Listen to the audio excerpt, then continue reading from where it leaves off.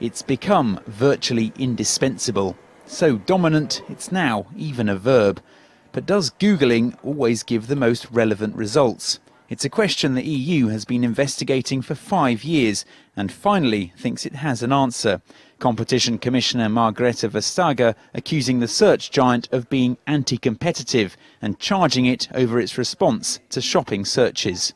Our preliminary view in the statement of objection is that in its general internet search result, Google artificially favours its own comparison shopping service and that this constitutes an abuse. The EU says this was happening on a systematic basis, regardless of whether it is indeed the most relevant result. Now, this could be a random result, other searches possibly yielding different results, but say I did actually want to buy a smartphone, at the top of my list of results here is Google's own comparison shopping service, and buried in the small print here, it says Google may be compensated by the provider if a purchase is made.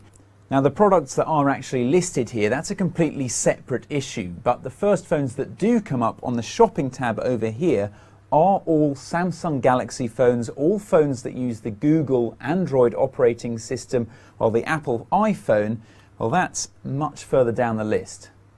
Android is in fact another bone of contention. Like the search tool, it's become the dominant force of its field, the EU launching a separate probe into whether that position is being abused.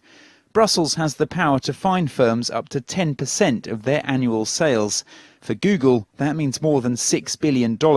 But BGC's Mike Ingram says it's not the money that's the problem. I think it will certainly cause them to have to become more transparent in terms of how they arrive at their search results. But I think there's only so far down that road that Google is likely to want to go for fear of giving its secrets away to its competition. But I don't think this is something that Google can just shrug off easily.